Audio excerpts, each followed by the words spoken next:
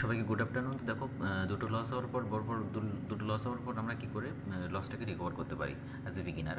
তো দেখো, previous day closing আর আজকের যে ডেলোতে এটা কিন্তু দুটোর 50% একটা বেস সাপোর্ট।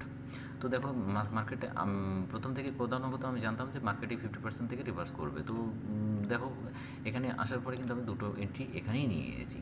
কী হয়েছিল জানি না, কিন্তু দুটো এন্ট্রি আমি এখানেই করে ফেলেছি। তো যার জন্য অটোমেটিক্যালি আমার লস হয়েছে। লসটা হওয়াটাই স্বাভাবিক, কারণ আমি নিজেও জানতাম, জেনে শুনে এন্ট্রিটা নিয়েছি। তো লস হওয়ার পরে দেখো কী করলাম। এইবার দেখো, পুট সাইডে যে এন্ট্রিটা আমি নিয়েছি, এই যে হ্যামার দেখতে পাচ্ছ, এই হ্যামারের পরেই যে গ্রিন ক্যান্ডেলটা দিয়েছে ঠিক এক্স্যাক্ট এখানেই আমি এন্ট্রিটা নিয়েছি। এবং কী হয়েছে, প্রিভিয়াস ডে যে ক্লোজিং ছিল পুট সাইডে, সেই ক্লোজিংয়ের উপরেই আমি যখন সাপোর্ট নিয়েছি মার্কেটে এবং হ্যামার বানিয়েছি, তারপরে এন্ট্রিটা নিয়েছি। এবং কী করেছি, যে ডি হাইট পুট সাইডের, সেই পুট সাইডের প্রিমিয়ামের ডি হাইতে আমি টার্গেট দিয়েছিলাম, এখানে আমি বুক করে নিয়েছি প্রফিট। এবং আমার কস্ট টু কস্ট বেরিয়েছে দেখতে পাচ্ছ, 25 টাকা, -25 টাকা দেখা যাচ্ছে, 25 টাকার মতো লস হয়েছে।